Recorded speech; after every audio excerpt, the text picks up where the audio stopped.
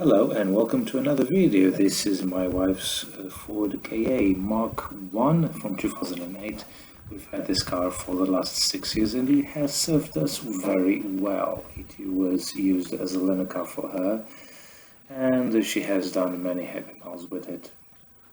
But now it is time to part with it. She's got a new car, which is always a good thing. Now the work that I'm going to do today is to replace the driver's side lower wishbone. During March I've replaced the passenger side, but unfortunately I didn't have to do the other side, which is this one that you're looking at the moment. The reason being was that the MOT was due at the beginning of April. It was done at the mid-March. But then again, with lockdown, everything had to be rushed. These are the tools that you need to do the job, so it's not a big list, but it should be available with anyone's toolkit.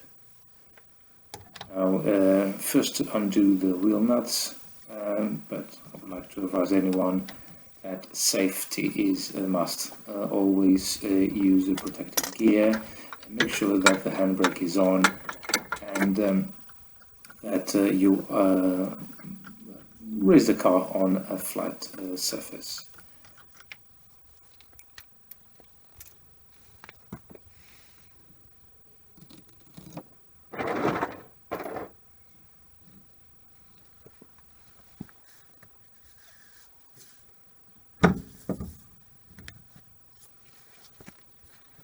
I'll lower the car onto the axle stand, which should be placed underneath the subframe, which bolts all the suspension components.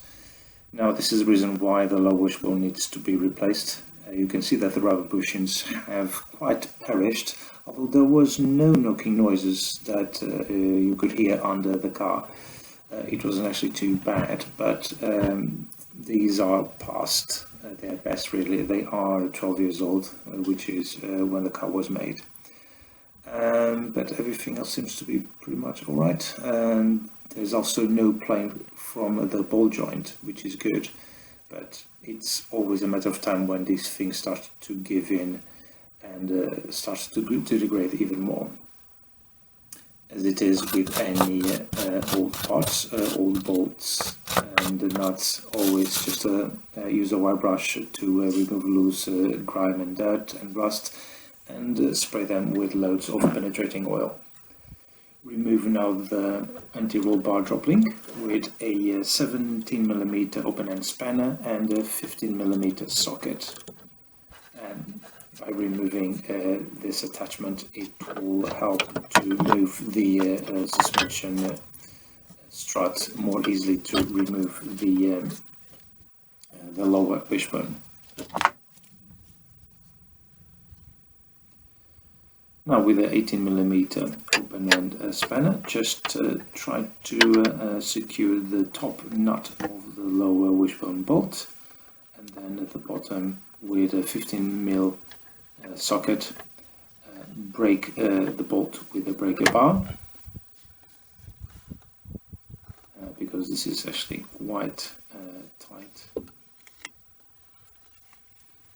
And then when it starts to get a bit looser, then finish the job by using a ratchet.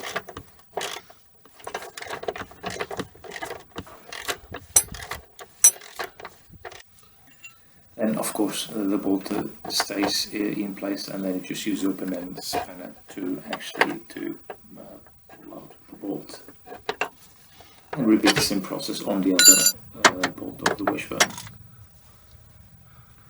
Always wire brush the bolts, in this case the ball joint pin bolt, and check if it fits properly with the Torx bit.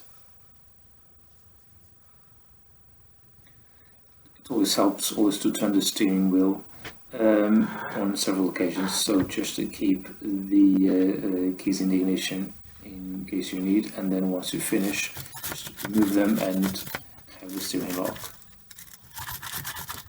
This is a very rusty area, so just wire brush it, thoroughly. It always helps to undo the nuts a little bit.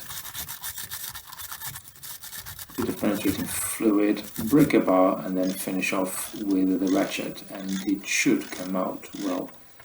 I advise against using heat in this area or any torch or anything like that, because it is very close to the CV joint boot and it can damage it.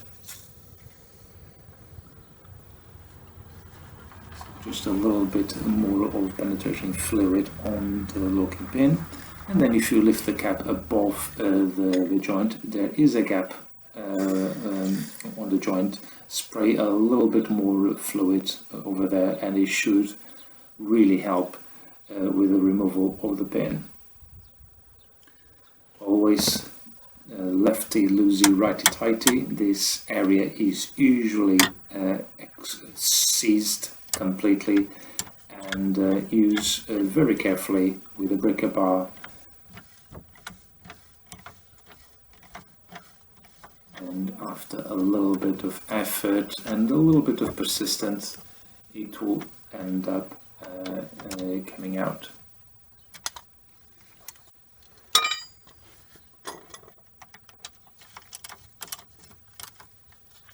And then once it's pretty much free and rotating, then just use the ratchet to finish off the job.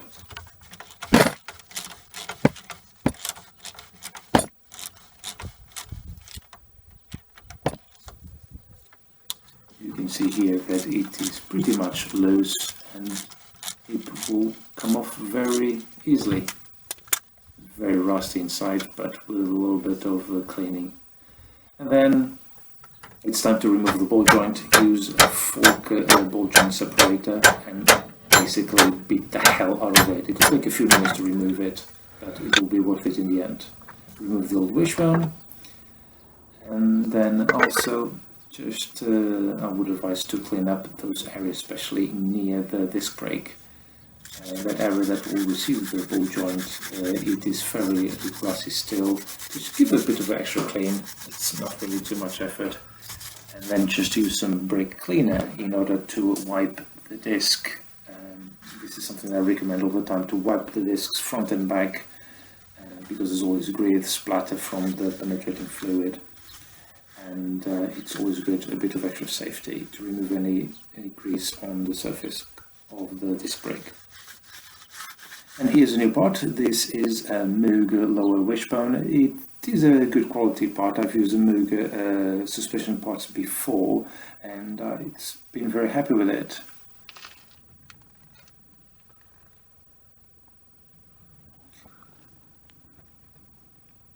There you go, ready to go in.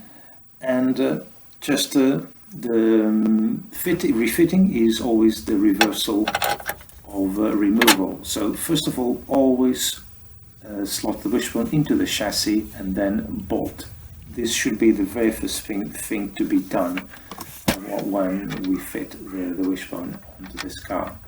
And then once everything bolted up, then you then attach the ball joint to the wheel hub. This should be last thing to be done. It can be a little bit tight, but with a bit of pulling and lifting, it will end up getting there. And of course, let's not forget a bit of persuasion with a nail and hammer to get it nicely and in place. And make sure that the ball joint is firmly inserted into the wheel hub, because there's a recess on the ball joint pin where the locking bolt will slot in.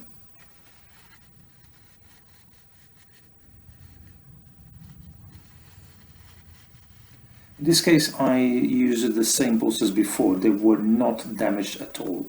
I just used a little bit of anti-seize compound on the bolt itself, and also, of course, I wire brushed and cleaned them thoroughly. And that's it. Reconnect the integral wire drop link, and then put the wheel back on, and don't forget to do the tracking.